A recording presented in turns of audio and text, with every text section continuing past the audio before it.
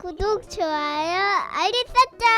안녕하세요, 키포TV입니다. 오늘은 주식담보대출에 대해서 알아보는 시간을 갖도록 하겠습니다. 먼저 뉴스를 보면 반대매매 우려 때문 B2 주식했다가 밤잠을 설친다. 주식담보대출은 나쁜 돈 빌리기냐, 이거에 대해서 알아보는 시간을 갖도록 하겠습니다. 예전에 제 영상 중에 LTV DSR 관련된 영상을 이렇게 올린 적이 있습니다. 간단하게 복귀하고 바로 가도록 하겠습니다. LTV 60%라는 거는 내가 만약에 10억짜리 아파트를 살 때 6억을 빌리면 60%죠. 그게 LTV 60%입니다. 그래서 대출을 받을 수 있는 비율을 LTV라고 하는 겁니다. 그래서 40%라면 10억 중에 40%니까 4억 대출을 받는 게 LTV 40%라고 합니다.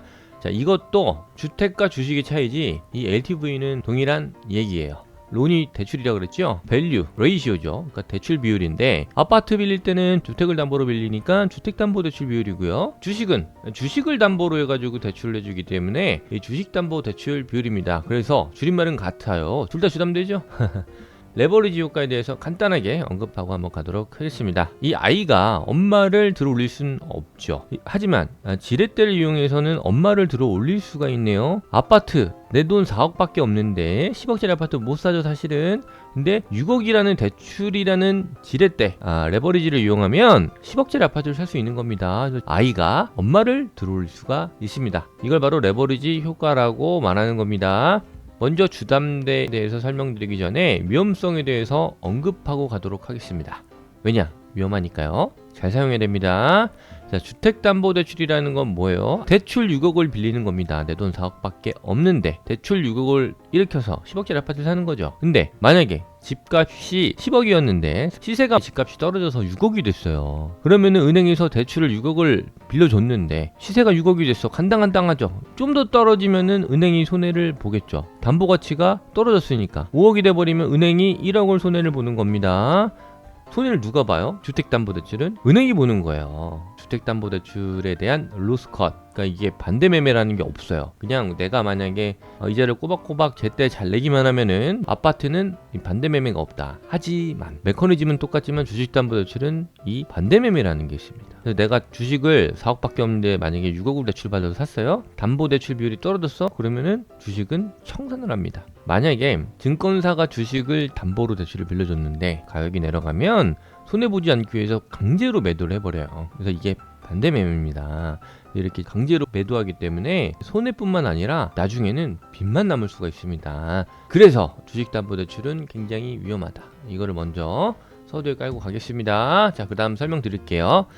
삼성전자를 예로 들겠습니다. 삼성전자에 철수라는 주주가 있어요. 1000주를 가지고 있습니다. 현재 주가가 10만원이라고 가정을 해볼게요. 자, 그러면 1000주 곱하기 10만원은 1억이죠. 그래서 내가 MTS나 HTS 열어보면 계좌 평가 금액은 1억으로 찍히는 겁니다. 자, 이랬을 때 삼성전자에 대해서 주식담보대출 관련된 건 두 가지만 보시면 돼요. 첫 번째, 대출 비율입니다. 이게 위에서 말씀드렸던 LTV죠. 자, 삼성전자라는 종목은 50% 정도 대출해주겠다는 거예요. 그게 대출 비율이라는 겁니다. 계좌잔고 1억 찍혔죠? 50%인 0.5억을 대출해준다는 겁니다. 이게 대출 비율이에요. 그래서 원금 1억인데 대출 0.5억 대출을 받았죠. 그럼 계좌에 1억 더하기 0.5, 1.5억 찍히겠죠? 맞습니다. 자, 그 다음 두 번째, 담보 유지 비율입니다. 이게 150% 정도라고 가정을 해보면 대출 받은 금액의 150%를 말하는 거예요. 1.5억 대출을 받았는데 1.5배니까 0.75억이죠. 이 0.75억이 담보 유지 비율이라는 겁니다. 그래서 이 두 가지만 보시면 되는데 원금 1억에 대출 0.5로 받아서 1.5억이 찍혔지만 담보 유지 비율이 0.75억이죠. 그래서 삼성전자가 10만원인데 만약에 반토막이 나서 10만원에서 5만원이 됐어요. 계좌 평가액도 1.5억에서 0.75억이 되겠죠. 50% 정도 까이겠죠. 50% 까이면 0.75억이 되는 순간 반대매매가 나간다. 그래서 담보 비율을 유지 못할 경우에 반대매매, 대출자의 의사와 상관없이 강제로 증권사에서 주식을 처분하게 됩니다. 이것이 바로 담보 유지 비율하고 반대매매입니다. 이 담보 비율 유지 가능한 수준이 핵심입니다. 한번 보세요. 담보 비율은 어떻게 계산돼요? 1.5억을 대출을 받았습니다. 그래서 총 평가액은 얼마였어요? 1.5억이죠. 이거 두 개 더하면 1.5억이에요. 그러면 담보 비율이 얼마예요? 300%가 나오겠죠? 300%가 담보 비율이 나옵니다. 근데 제가 아까 삼성전자는 150%의 담보 비율을 가지고 있다고 했죠?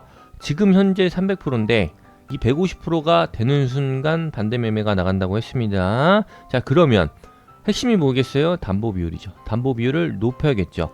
300%에서 점점 내려가서 150%가 되면 이 담보 비율을 올려야겠죠. 올리는 방법은 뭡니까? 네, 맞습니다.